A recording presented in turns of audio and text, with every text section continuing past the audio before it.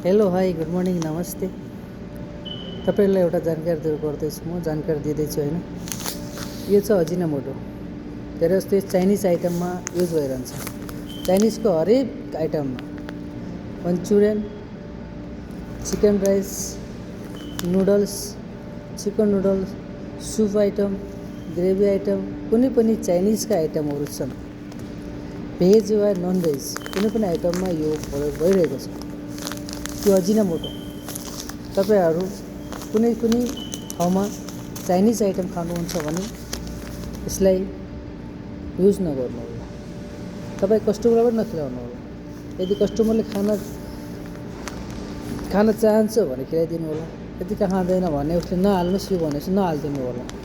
मेरो प्यारो साथी कुक मित्रहरूलाई भन्छु, अजिनामोटोले एकदम स्वास्थ्यको लागि हानिकारक गर्छ।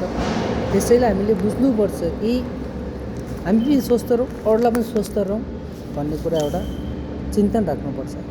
चाइनिजको कुनै पनि item, chicken rice, noodles, chicken noodles, एक अन्डा राइस होइन, सुपहरू manchow soup, hot and sour soup, हरेक किसिमका हाल्छ। ललिपप, हरेक छिक्का चाइनिजका जति किसिमका आइटमहरू छन् नि, त्यो आइटममा युज हुने यो अजिनामोटो हो। त्यसैले प्लिज यसलाई प्रयोग नगरिदिनु होला। तपाईँको स्वास्थ्यमा एकदम असर गरिरहेको छ।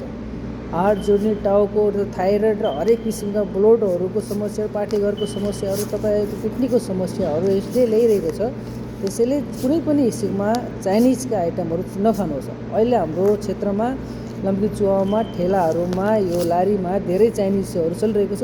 त्यो चाइनिजको साइडमा हेर्नुहोस् त, एउटा सेतो सेतो जस्तो चिनी जस्तो होइन, त्यो नुन जस्तो, त्यो टेस्टी पाउडर भन्छ धेरैले होइन, त्यो मसला भन्छ, तर यो त्यो अजिनामोटो हो। त्यसलाई युज नगरेर आफ्नै घरको टेस्ट खानुहोस्, तपाईँ स्वस्थ रहनुहोस्। त्यो अजिनामोटोलाई क्यान्सल गर्नुहोस्, त्यसलाई बहिष्कार गर्नुहोस्। तपाईँको स्वस्थ रहन चाहन्छु भने हस् त, थ्याङ्क यू, धन्यवाद।